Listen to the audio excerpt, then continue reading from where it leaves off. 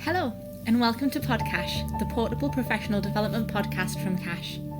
Thanks for joining us. My name's Dawn, and I'm the editor of CACHE Alumni. And this episode is our first recorded with the magic of technology, as our guest today actually joins us from the United States. Hi, Candi. How would you like us to introduce you? Candi? Yeah? I'm a nanny. I'm a full-time nanny, and I work for a high net worth family. And you're a British nanny working in the United States, is that right? I've worked everywhere, but right now I'm in the US and I've been here 5 years, so I would say US. And do you think that there's still an element of prestige to being a British nanny? And I think there's quite a misconception, because people think that because it's a British institution, nannies in the UK are treated better than nannies anywhere else. And yet a lot of the British nannies that I've spoken to who actually work in Britain find that people don't really understand what it is that they do here. Yes, I think that issue is worldwide, because you have that issue here too. But I think when you do find a family that does understand what your role is and what you actually do and what you bring to the table and your experience and your training, then they really appreciate it. That's definitely been my experience as well, talking to people that the people I've spoken to Yes. can tell you Yes. all of the reasons it makes their life 100 times easier. But I think you're right. There is a misconception about what nannies do and what their role is. And therefore, then it causes issues with nannies because everything is piled on to the nanny, and that's not actually the nanny's role. Yes, and I think there's that weird dichotomy of, as well as nannies being given stuff to do that isn't their role, I get the idea that people don't really understand all of the things that nannies actually do, and you don't get credit for Correct. the hard work and the knowledge that you actually bring to that household. Yes. Children. I completely agree with you, and I think that's worldwide, because there are lots of families here who also don't understand what nannies do and what their role is and why it's important for somebody to be trained and to have the knowledge and the experience that maybe the parents don't have, because maybe they're first-time parents, or maybe they haven't read the latest childcare book, etc. But I do think the misconception is worldwide. Well, I suppose that's good to know as a Brit that Yes. they're not particularly bad at it. No. Obviously, we know that there's a misconception and that people don't really understand what nannies do, and you're a great person to talk to about this, obviously having such a lot of experience in that area, but also in terms of the fact that you do work sort of doing a bit of advocacy for nannies and talking about what nannying is on that sort of international stage. So could you explain to the people listening what a nanny is? Okay, so to me personally, a nanny is somebody who, and it doesn't matter if they're male or female, somebody who actually works alongside parents. I view the nanny's role as a team member of the need to be part of a family, and who actually works on the emotional and social and developmental milestones for the children, so that they can reach them, but includes the parents in doing such, so that the parents actually know exactly what's going on with their children's lives, and that if they have questions, the nanny is able to answer them. In order to do so, though, the nanny needs to be trained and experienced and have, the knowledge that is required to provide that service. Yeah, and I think one of the things about that, thanks Candi, is that whilst people talk about nanny training and all of those things, is that it's probably more difficult to be a nanny in terms of keeping that experience and that knowledge up to date and being able to share the burden with other workers. Is that something that you've experienced? Yes, and when I say training, what I mean is there are lots of different kinds of training that one can take, and you can specialize in different stages of development and different ages.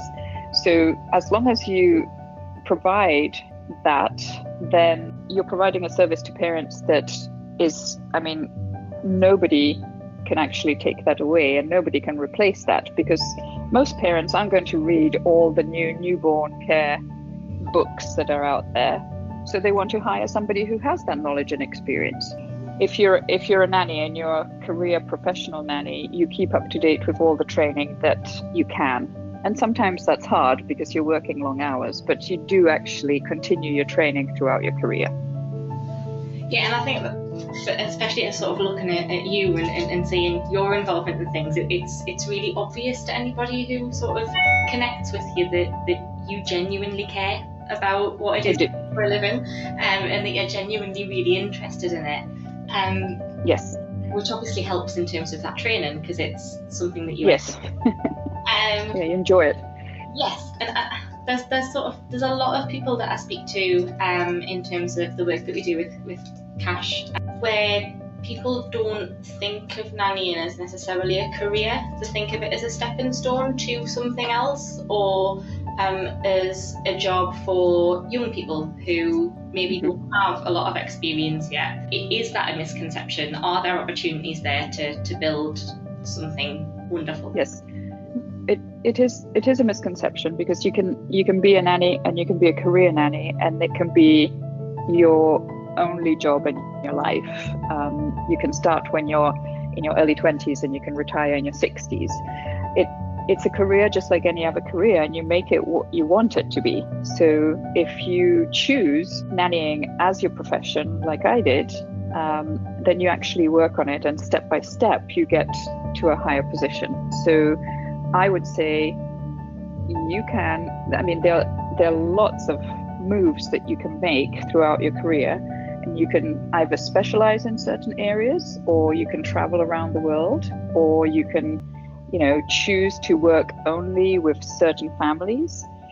But whatever you choose to do is actually a stepping stone for you to elevate your career and to elevate the actual profession. Because if you have lots of people who are career nannies, who are actually advocates for nannies, who care about what they're doing, then you will have more information about what nannies do out in the world. And I can say that I started nannying professionally at 19 when I finished my NNEB training. And my initial stepping stones for me were, I wanted to get as much experience as I could in different setups, so that I could then choose which setup I wanted to work in. And so my initial contracts were just 12 months. I wouldn't stay longer than 12 months, because I wanted to dip my feet into that particular situation, figure it out, decide if I liked it, move on and try something else. And then after doing that for about 4 years, I decided which path I wanted to take, and I just stuck with it. Wow, well, it definitely seems to have worked for you. It has. So you, from what I know of you, you seem to have done all three of those things that you mentioned in terms of building a career, where you have worked around the world and you have sort of chosen your niche in terms of families, and you've done your research and found the things that really interest you in the sector to build your career around. For those who are listening who aren't familiar with who you are, can you tell a little bit about that niche that you've chosen in terms of where you sit in nannying? Yes, so my niche is high net worth or high profile families who are actually looking for 24 hours a day care. And in some parts of the world it's very common, in other parts of the world it is not so common. They are, again, there's a lot of misconception within the nanny world about, well, if they want that kind of care, why did they have children? So there's a lot of judgment going on. But that is my niche. And I've been doing this now. So I've been a nanny for 27 years. And I've been working in this niche basically the majority of my career. Even my first job was high profile. When I finished my NNEB training, I already had a job to go to, and I went straight to it. I had never met the family. I'd only spoken to them on the phone, but that's the way things were done 20 odd years ago. So a little bit less intense than it is now. A lot less intense than it is now. I would say that my phone interview that I had in the kitchen of my student lodging with my first family was very different to the last interview I've had. here in Silicon Valley in 2017. Yes, and I can imagine that there's been quite a big change in terms of the actual role in that time as well. Yes, that's very fair. So if I compare my first position, where I was sole charge, 6 days a week, newborn, mum traveled a lot, dad traveled a lot, I was alone most of the time. And as a new nanny, that was quite scary. It was very lonely, and it was worrying to me, because obviously I was 19 and they left me with newborn, and although I was trained, I was like, I don't know everything, but I'll figure it out. And in a way, in the beginning it was very tough, but in the end it was just lovely. And my position now is within a team of nannies working in with a family who does require 24-hour care. But the child I look after is actually, well, she was a toddler when I started. She's older now. And the home is fully staffed, and there's all sorts of other members in the team. And I'm not lonely and alone. And I bring a whole bunch of experience because I've been doing this forever. Yeah, I mean, there's a couple of things there that were really, there's lots of things there that were really interesting, but there's a couple of things there I wouldn't mind asking more about, if that's all right. Yes, yes. In terms of working as part of a team of nannies, instead of lone working and having to figure it out, you've mentioned that obviously you're no longer lonely at work, but that brings some challenges as well. Yes, definitely. When you work in a team, you have to make sure that the other team members are on the same page as you with regards to what you're trying to achieve. And I've worked in teams where I've been in charge and in teams where I haven't been in charge. So I've been on both sides of a spectrum. And the most important thing is they don't have to be your bosom buddy, they don't have to be your best friend, but you do need to agree on the childcare philosophies, because if you don't, it causes massive issues for the children. It confuses them, it doesn't allow them to actually move forwards, and it can cause some emotional and psychological damage later on in life. And is that something that you would usually agree amongst your team, or would the parents be involved in that process of reading what childcare philosophies are implemented? So the childcare philosophies usually are, they come from the parents, but these are usually discussed with a nanny. And obviously, my view is this: if I don't agree with your childcare philosophies, I'm not going to accept the position, because it's just going to be untenable for me and for you, and it's just going to mess up the children. So I discuss childcare philosophies at interviews, and if I don't agree with them, then I pass. Brilliant. And I think that is, that's something that comes with maturity and experience, because obviously in the beginning of my career, I didn't ask these questions. And then I found myself in positions where I didn't agree with the parents, and then I know what the outcome is. So now I do discuss at interview. If I don't agree, and I don't see that they are willing to listen or willing to change, then I just move on. There are plenty of families that are looking for nannies. There isn't a scarcity of jobs. So no, I will wait for the perfect fit rather than, take something I'm not happy in. The advice for everybody who's looking for a job. Yes.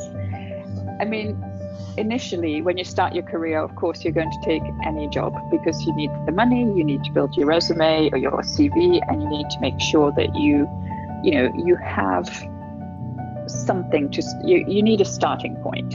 So initially you can't be so picky, but throughout my career, my whole plan has been, I will work, I will save as much money as I can, and then in between jobs I will take 2 or 3 months to actually evaluate what I've done, what I'm looking for, and know that I have enough money to support myself, so that if I don't find a job right away, then it's okay.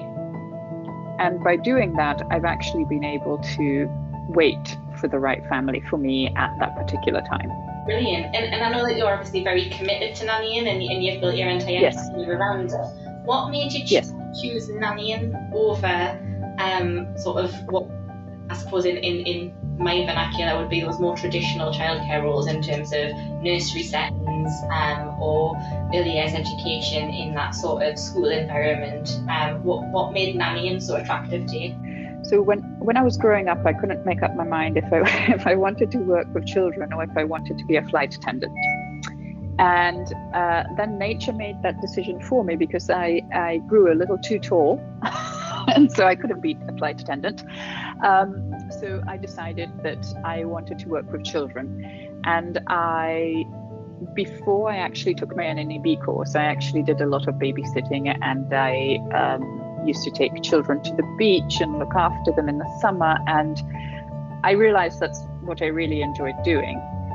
And then during the NNEB training, obviously we had placements, and we had placements in schools, and we had placements in maternity wards, and placements in nurseries, and placements with families. So the whole time I was training, I actually gravitated towards the family aspect and working as a nanny.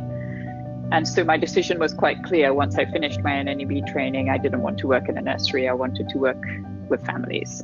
Would you say, I know that there's a lot of people who look at the sort of role of a nanny, worry about being taken for granted or put onto, and it becoming sort of a surrogate parent role. Is that something that is a concern? Okay, so I would say it is normal. I think it's something that happens within our industry as nannies. I think it's particularly prevalent in positions where you are there for extended periods of time. So if you're working a 24/7, or if you're working 3 days on, 4 days off, or whatever kind of rota system you have, you do tend to assume that role, but you really need to keep it professional, because at the end of the day, they're not your children. And I think the way to deal with that is actually to have boundaries.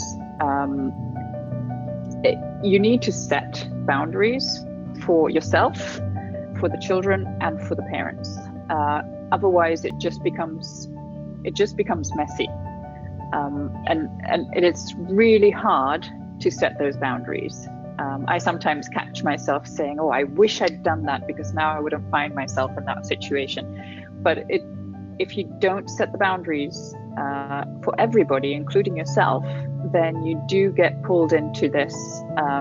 Oh, she's just going to do it because she's here all the time, or she's going to step in because she's like a mum to my kid, or et cetera, et cetera, et cetera. And when you're working as a nanny, you can't not love the children, so you're going to do whatever because you love the children. So yes, I think it is an issue. I think it is a concern, and I think the only way to deal with that is boundaries. Yeah, and I think obviously that is, I suppose, the only measure you can put in place is putting those boundaries in place as soon as you possibly can. But for someone who works in an office on a largely 9 to 5 basis, the idea of living with my boss is, as much as I love it, an absolute terrifying thought. So power to all of the nannies out there who navigate that relationship alongside the relationship with their charges and all of the great stuff they do on that day-to-day basis. I mean, what does a day tend to look like? Okay, so my days look very different depending if I'm a live-in or a live-out. So let's say I'm a live-in. Obviously, I would get up in time to get myself ready before the children are supposed to be up, and then the children wake up. I'll run you through my typical day right now. So the children would wake up, and it'd be breakfast time, which we would have together, and then time to go to school, so drop off at school. And then right now I actually have my charge at school for most of the day, but when I get back, I have a lot of admin work that I do for the children in my care. So not only do I do the childcare, but I have admin, and those tasks would be things like setting up doctor's appointments, making sure the school forms are completed, setting up play dates, you know, the usual things that one does. And then I pick up my charges and bring them home. We have a snack together, and then they have various activities which they go to. And then after activities, we spend time together, and that time is usually scheduled in a way that it's either independent play or it's, you know, an activity that we've set up, arts and crafts, or maybe it's a learning activity. So it might be, you know, working on some logic skills or stuff like that. And then it's bath time, dinner time, story time, and bedtime. So that's my day.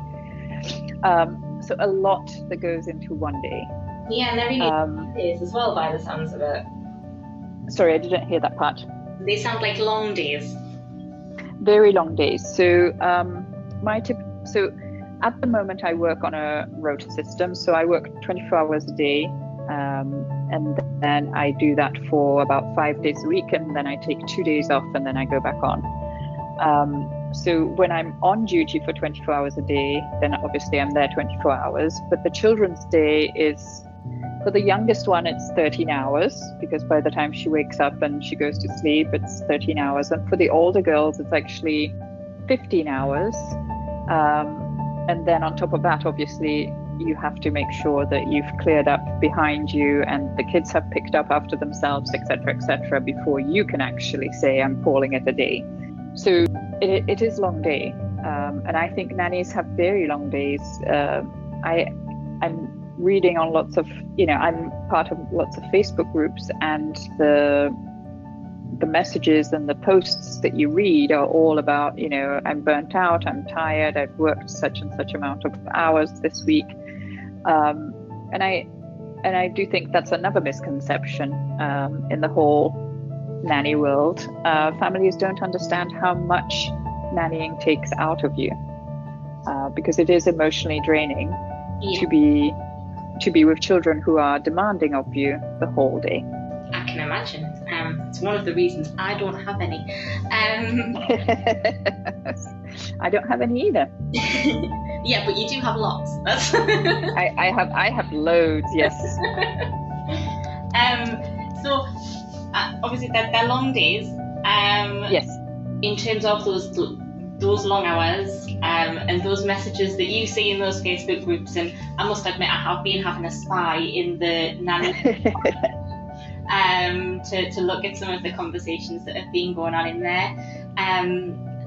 How do you think nannies can counteract that burnout? What can nannies do to stop that from happening? So I think it's easier said than done to say that you can actually counteract that, if I have to be honest. I think, I mean, you have to have interests outside of your work so that your brain is actually doing something different, because otherwise, personally, I feel that you're completely drained by what you're doing at work. I also feel that you should have hobbies, like, you know, go for a run, go for a walk, knit, whatever, so that you can actually do something that you really, really enjoy, that's for you and it's not for anybody else. I tend to feel that nannies aren't, if I want to say this in inverted commas, selfish enough, in the sense that we don't think about ourselves, we think about everybody else first and we come last. I think that's true of care professionals in general. Yes, and I think that is part of the issue, that we don't think about ourselves, and then at the end of the day we are the ones who suffer, because our health suffers and our sleep suffers and our relationships suffer, and then, you know, burnout is just one of the issues on top of the other issues. But I also feel that unless you're in this profession, you don't actually understand what it means to be emotionally drained so much. And I read a lot about, you know, if your cup isn't full, you can't, or whatever it is, if a teacup isn't full, you can't give to somebody else. But as someone who doesn't put herself first, I find it really hard to recharge my batteries and to not get to the point of burnout. when I come home, I have a husband, so I like to spend time with him. So when I come home, I tend to have a few hours where I just look into space because my body just needs to do that. And then after that, I actually get going, in the sense I start doing things around the house just because I feel that is actually helpful to me. And then I settle into my own things. Like I might sit down and read a book with a cup of tea for a couple of hours, something that I can't do while I'm at work, or I'll go for a really long walk, or I'll watch a movie. But it doesn't really recharge me completely. And do you think that's just part of who you are? I think it is, in a way. I think it's my personality. It's who I am, but it's just the way it is.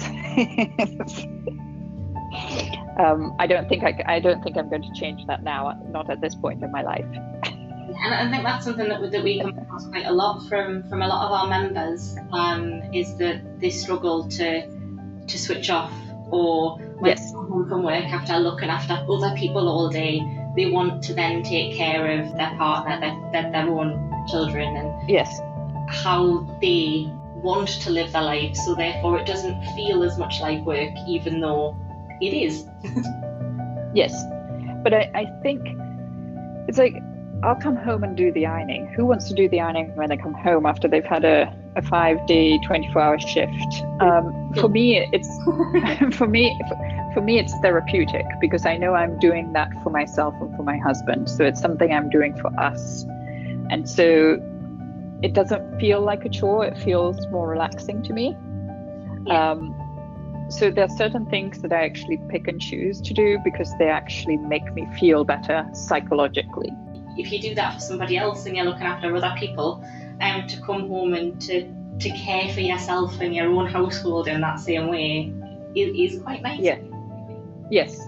And also the fact that you actually can do something for you and your spouse, or you and your own children if you have children at home, or you and your, I don't know, roommates or whatever.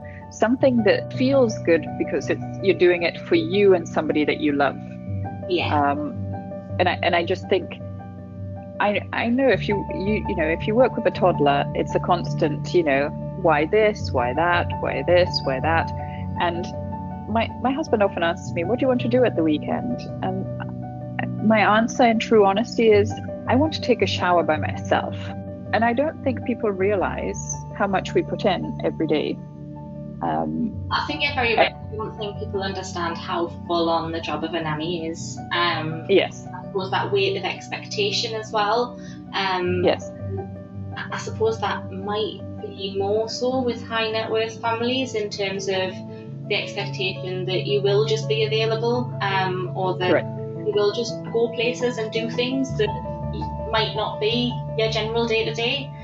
Is that right? Correct. It is right. I mean, with high net worth and high profile families, the expectation is that they're paying a higher salary, therefore they're expecting your availability 100% of the time, regardless of if you're there or not. And again, that's important to think about when you're thinking about setting boundaries, because you have to at some point say, I'm sorry, I'm off duty. Or you need to say, I'm sorry, but that's actually not within my remit. And it's a hard thing to say to your boss, regardless of what job you're in. It's hard to say no to your boss. And do you think that's part of you're a live-in nanny, and your boss is also housing you? Yes. It's even harder because then you start thinking, well, if I say no, what's going to happen? Are they going to get rid of me? If they get rid of me, I have nowhere to live, etc., etc., etc., etc. And so there again, there's a whole bunch of emotional stress that you're putting yourself through, or you're being put through, because of your profession. You're living in their house, and if things go wrong, you're homeless. You mentioned some Facebook groups earlier on, and I know that I've been on Reddit. Do you think it's important for nannies to have a support network of other nannies, to be able to talk to other people who understand what it's like? I definitely do. What I don't like about some of the Facebook groups is that it's more parent bashing than support. So, I mean, you read lots of messages about, and mum and dad did this and that happened with mum and dad, and they left the dishes in the sink, etc., etc., etc. And to me, that's not what the groups should be for. The groups should be for people who maybe are lonely or are experiencing a problem with the children or with the parents, and they want to know how other people have dealt with it, but without being judgmental, just getting a professional opinion. Yeah. And then moving on from there. Or if there are multiple nannies in a certain area, why don't they go out for a drink and have a chat, or why don't they go out for a movie, or make friends that way? But I don't feel that the bashing and judging is actually helpful to anybody, because the way I look at it is this: if you're already writing something negative about your bosses and somebody else gives you more negative stuff, all it's going to do is fuel your negativity towards your job, which means you're not happy. And if you're not happy, then you shouldn't be there, because you're affecting the children. And so to me, that is already, a big red flag. If you're that upset that you're judging publicly the people you're working with, then it's time for you to start moving on. For a new family. Yes, exactly. Find a new family, find something that suits you. But do it properly. So ask all the questions at the interview. Have a trial time so that you know what you're getting yourself into. Because it's easy to accept a job and then bash them when you didn't ask the questions beforehand. Yeah. And do you think that interview process, the way that it tends to be set up now, do you think that there's space in there for nannies to come with their own questions and to be a little bit more assertive? Because I think that there is, when anyone's going for any job, there is this sort of strange idea that we have that we are being interviewed and we should just answer the questions we're asked, and that's the end of it. So my view on interviews is a little different to, I think, what most nannies think. So to me, an interview is a conversation. It's a conversation where I'm trying to learn about you and you're trying to learn about me. So it's not somebody's firing questions at me and I have to answer them. To me, the interview is the most important part of my job, because if I don't get it right at the interview, I'm then stuck in that job for however many months I've signed a contract for. So I don't really want to put myself in that position. So when I go to an interview, I go very open-minded. And part of the issue, part of the way I see it is, I don't need this job. Do I want this job? So I go with a different frame of mind. And my view is if I like you and you like me, that's great. And if we agree on our parenting philosophy, childcare philosophies, how it's going to work out, fabulous. If not, it's okay. It was nice to meet you. Off I go.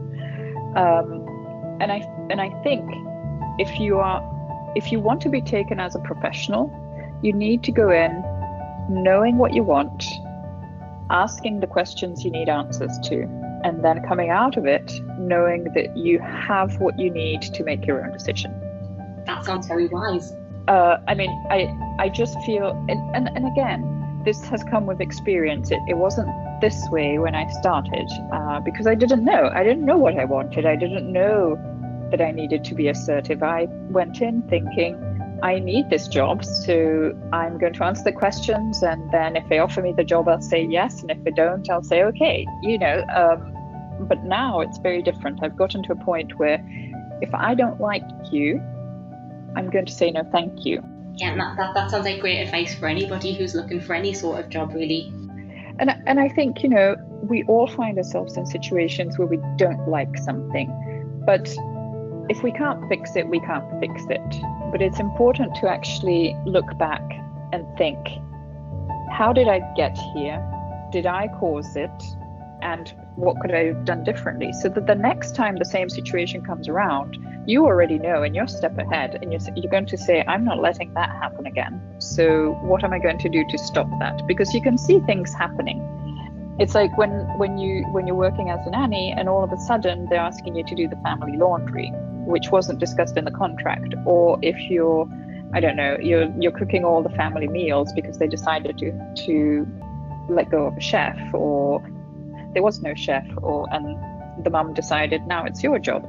Well, if you've been in that situation before and you can see that creeping along, then you need to be able to stop it before it starts. Otherwise, you're back to square one.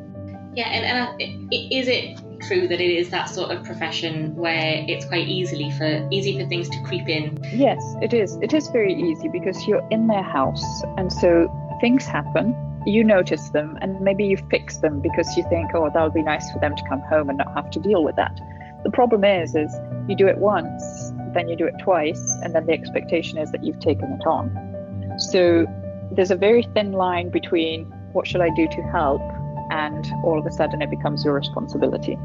Yeah, and when you don't do it, then you've not done that, rather than... Yeah, exactly.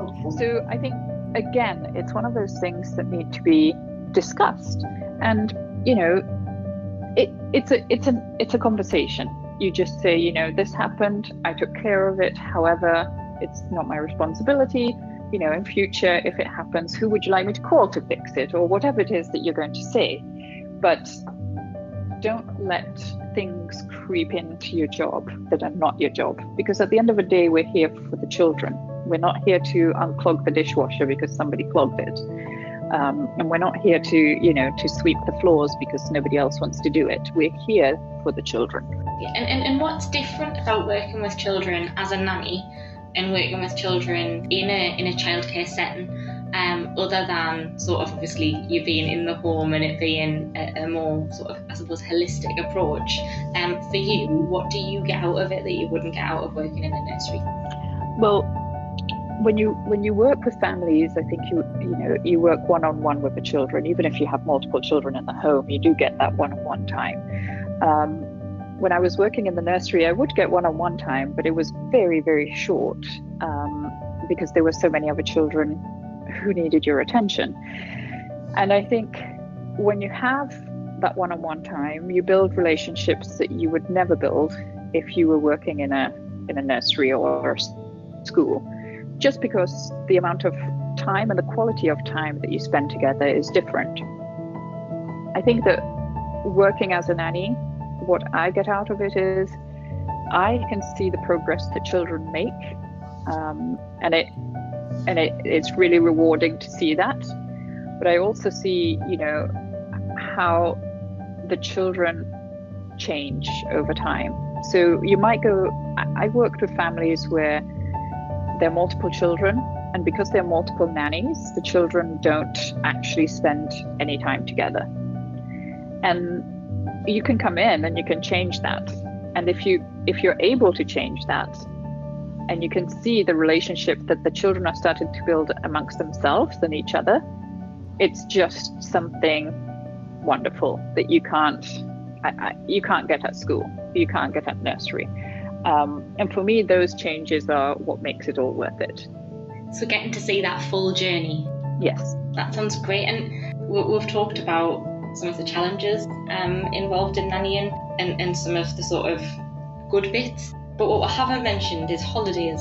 How does that work? You mean the nanny's holidays or the family holidays? Both. Okay. So with all of the families I've worked for, I've always gone on their family holidays. Holidays with families are not the nanny's holiday. And I think, again, there's a bit of a misconception on both sides, because some of the parents think that because they're on holiday and they're spending more time with the children, then it means the nanny's also on holiday, although she's working and they've taken her with them. Like it's a treat. Yes, it's a treat. We're taking you to Spain. That's great, but I'm still on duty. And some nannies also think, they're on holiday with parents. The parents are going to spend more time with the children, so I'm going to go off and, explore.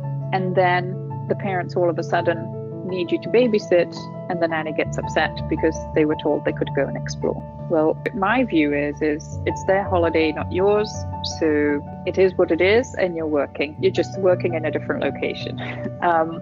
For the nanny holiday, I would hope that when a nanny goes on holiday, they would just switch off completely and take the time to do whatever they want to do, however they want to do it, wherever they want to do it, and not worry about what they've left behind, because it is the time a nanny has to actually recharge their batteries. It is a time for the nanny to actually think about themselves, and that's what it should be. And is that all stuff that you would address sort of up front in terms of that boundary setting and that contract setting at the very beginning of a relationship, in terms of how your holidays are going to work and how your role in their holidays is going to work? Yes, I think it's super important to address all of these things. And yes, I know people will say, well, how long is an interview?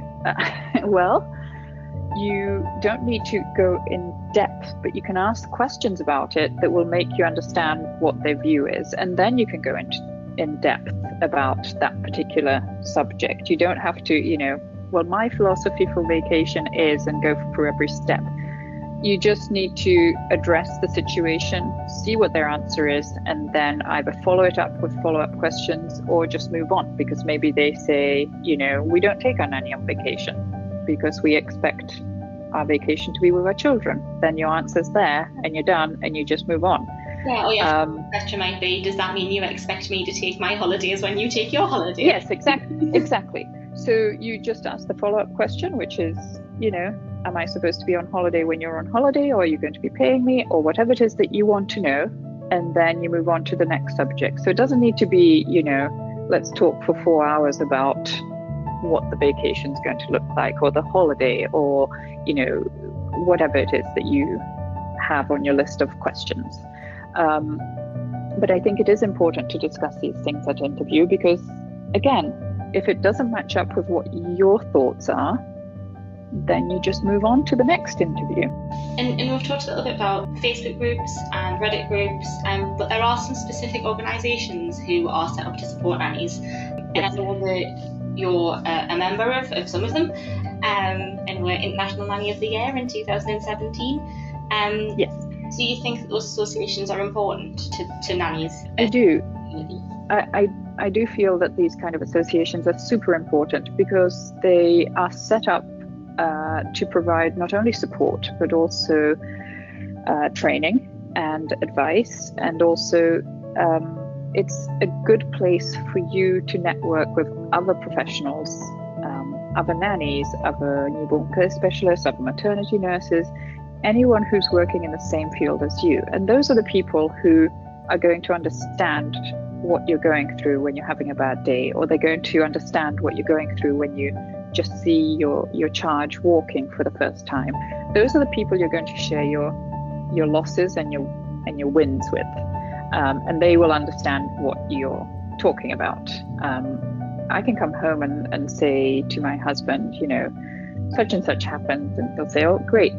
And he's very supportive, but he might not really get what I'm saying, just like I don't get what he's telling me about his career. I might be supportive, but I don't understand what he's telling me half the time. These associations are set up as a support group, but also as, industry networking places, industry training places. So it is important for nannies to be part of them. It's also nice to be recognized by these associations. So as you said, I did win International Nanny of the Year by the International Nanny Association, which is based in the States.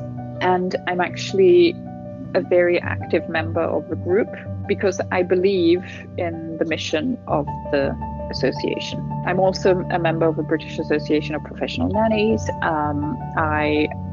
I'm not a member of the Swiss National Association of Nannies, but I do know quite a few people in it, and I do read their blogs.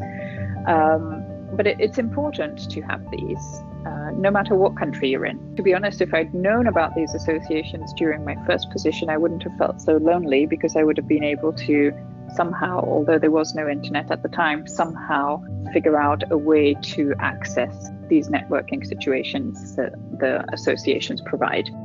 Those associations, you mentioned that they're good for sort of those industry bits and keeping up to date and reading the blogs. And you mentioned yes. Keeping your knowledge up to date. Yes. I was doing that self-directed learning, looking at blogs and reading the stuff released by associations and sharing best practice with other nannies. How do you get your skills up to date in terms of that CPD? So there are various ways you can do it. I do a lot of online courses because time doesn't allow me to actually physically participate in a lot of classes, but I do a lot of online courses. I just, go online, see what I'm interested in, and then I research it, find whatever courses I like, and I just take them. I also attend as much as I can nanny conferences.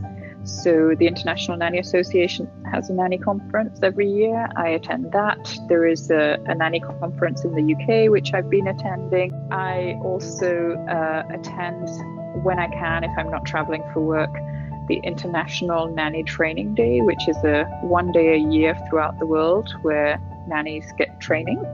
As part of my contract, I also ask for professional development money to be set aside so that it's not all on me, but it's also on my employer, because my knowledge benefits them. The same as any other employer. Exactly. So when I do interview, I usually do ask about professional development and what they are willing to provide and the things that I usually attend, and I have the costs ready so that if they want to know how much it's going to cost to register to go to conference, I have those figures. I also, obviously participate in Facebook groups. I read different blogs. I go out and buy books and read them. There is so much that you can do. You don't necessarily have to have a certificate that says you participated in this training, but you can do so much for yourself just by being proactive and looking around and seeing what it is that's interesting to you and just taking the class or reading the book or reading the blog and then doing some research on your own. Brilliant. And do you think that that's well received by the employers that you've had, the fact that you do evidence not only your learning but your genuine interest in the sector and in supporting children, developing children? I have never had an employer say they wouldn't be willing to provide some money for professional development, and they have all been very supportive of whatever course I've taken, and none of them have ever said, well, that's not really going to help us, so no, we're not interested in it. So for example, if you're looking after teenagers and you decide to do a maternity nursing course, nobody's ever said, we're not going to have any more children, so why are you taking that class? It's not going to benefit us. They've always been very supportive of the fact that I am interested and I want to get better. So no, I've had no issues, no pushback, nothing. Brilliant, that's really good to hear. Do you think that obviously there is a big difference, but what are the differences between supporting a young child or an infant to supporting teenagers? I don't think people necessarily connect the role of a nanny with teenage children. So the family I work for right now has multiple children. 2 of them are teens, and I've worked with families who have had teens before, but I've never actually worked with the teens. I would say they both come with challenges. With a newborn, obviously there's a lot of, why are they crying? What do I need to do? This is happening, I have no idea what's going on.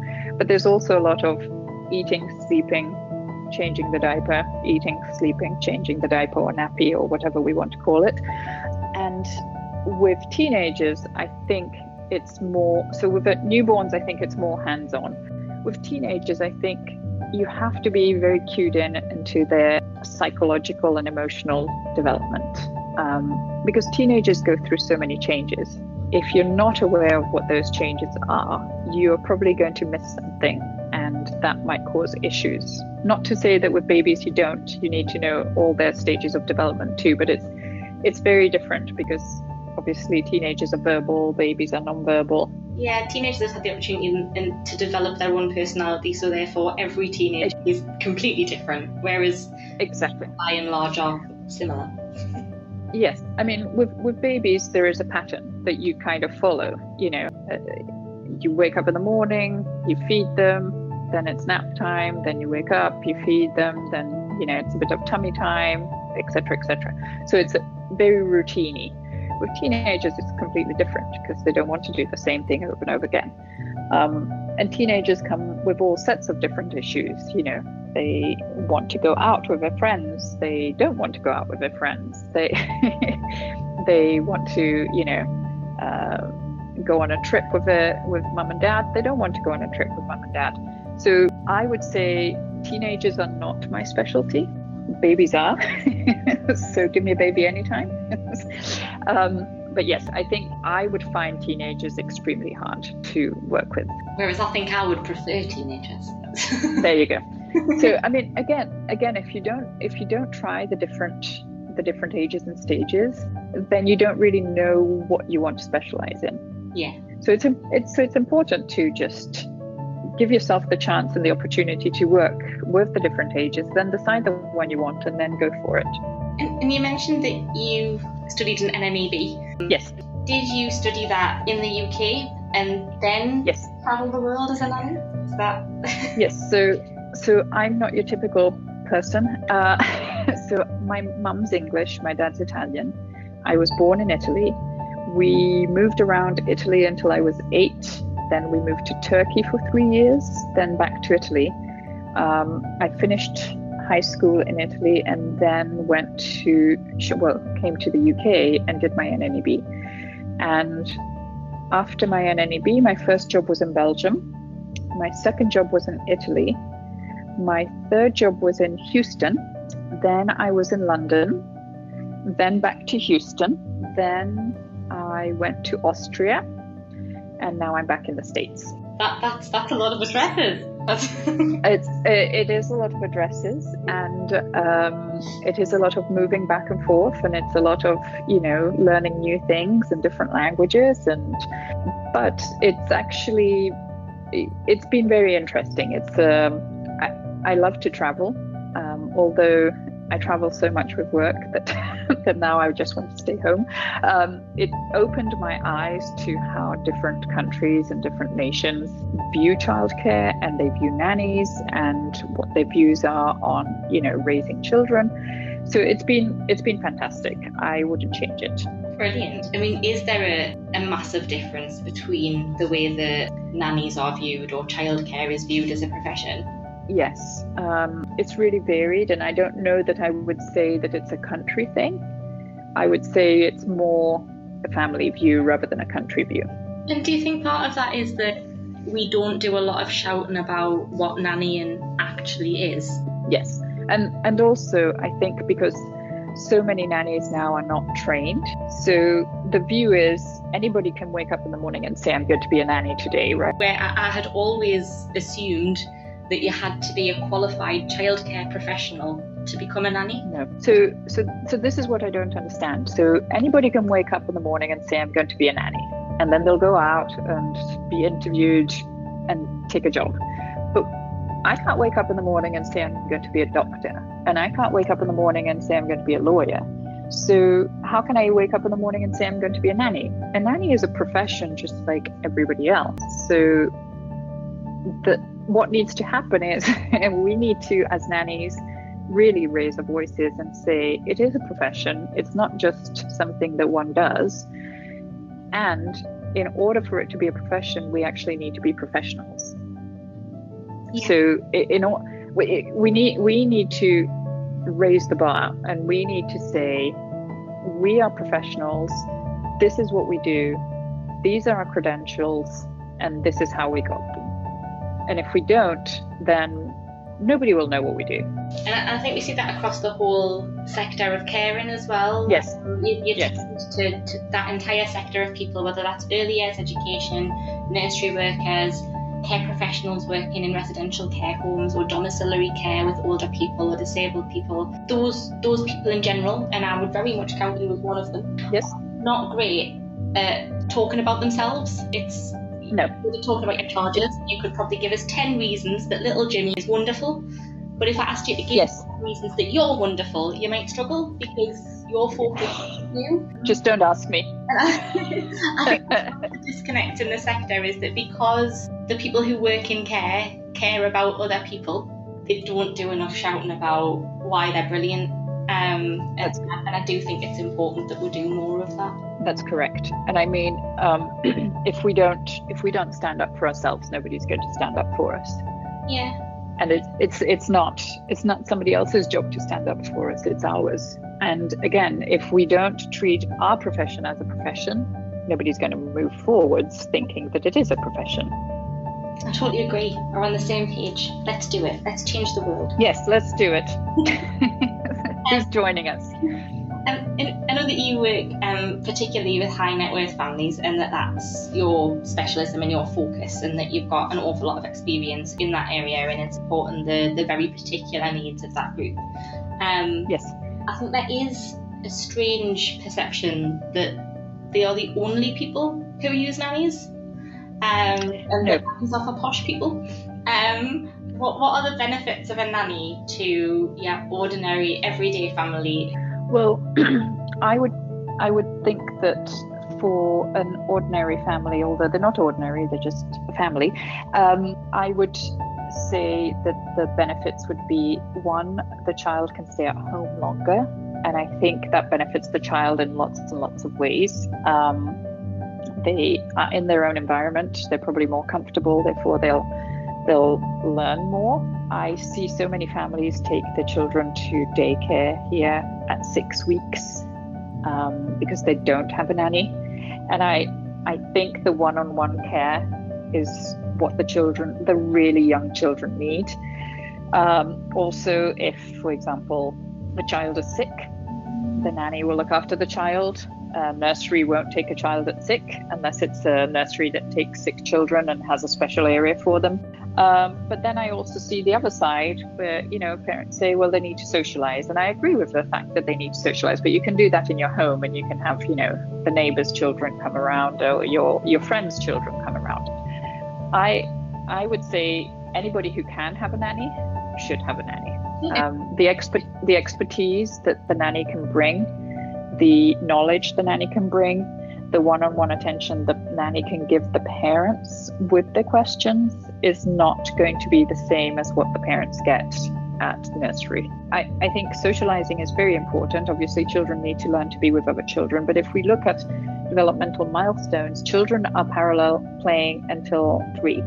So the socializing is great because they need to know there are other people in the world, but they're not really socializing. They're just in the same room with other children. So the whole socializing aspect, I think, is important when the children are older. But at a younger age, I really think that if you go to a music and movement class or baby massage or whatever it is that you're doing it together, but there are other children around you, that's just as good as any other form of socialization. Fab, thanks for that. We've talked about quite a lot of stuff, and we've been talking for quite a yes. while. Is there anything you wanted to say to anyone listening who's interested in the role of a nanny? I've said these things before, but I think they're really important. One, give yourself time to understand what you want. Because once you understand that, you will be happier with yourself, and therefore you'll be happier in your job. 2, keep reading, keep training, keep talking to people, look at different certifications, programs, whatever. There's so much online that you can do. There is so much that you can access. Don't just think, well, I have a job, I'm done. The more you learn, the more you have to offer. And 3, really, really, really think about what you want to ask at interviews. And remember, it's not a firing squad firing at you. You are also there to learn about the family. So take it as an opportunity to think about what it is that you want to know and ask the questions. And don't, if you have the opportunity not to have to rush into a job, then don't rush into it. Wait and keep going. One other thing I would say is find an agency or a recruiter that you actually can trust and use them as a sounding board. Fabulous. And can I add a 5th one that I know that you think is important but that you've forgotten? Oh, what's that? You have to take time to look after yourself. Yes. See, I did it. I forget about myself. I remembered about everybody else. Yeah, and on that note, you have already told me that it's your day off today, so I don't want to keep you for time longer. Oh, thank you. thank you so much for your time this afternoon or this morning. No, thank you. Where can our audience find you if they want to find you online? Or Okay, they can find me on Instagram. I'm the Funny Nanny, or I have a blog called the Funny Nanny. Anybody who does want to get in touch, please feel free to do so. great, and people can also find you on LinkedIn as well, can't they? Yes, LinkedIn. Yep. Fabulous. Obviously, your name will be in the title of this episode, so people can find your Yes. name and how to spell that to find you on the things where Yes. you put your real name and you're not just Yes. a nanny. And if anyone does want to find Candi, go and find her. She's great, and she's got loads and loads of great information to share. Thank you loads for your time, and Thank you. look forward to being in touch with you again soon. And thanks to you at home or on the go for joining us. Don't forget, if you've got some best practice or you'd like to share with us something great, you can get in touch with us at alumni@cache.org.uk. That's alumni, ALUMNI, at cache, CACHE for echo.org.uk, and we'd love to speak to you. You can find us at the CACHE Alumni website at www.cachealumni.org.uk, or through the main CACHE website for information about qualifications and other CPD at www.cacheforecho.org.uk. Thanks very much, and until next time, take care.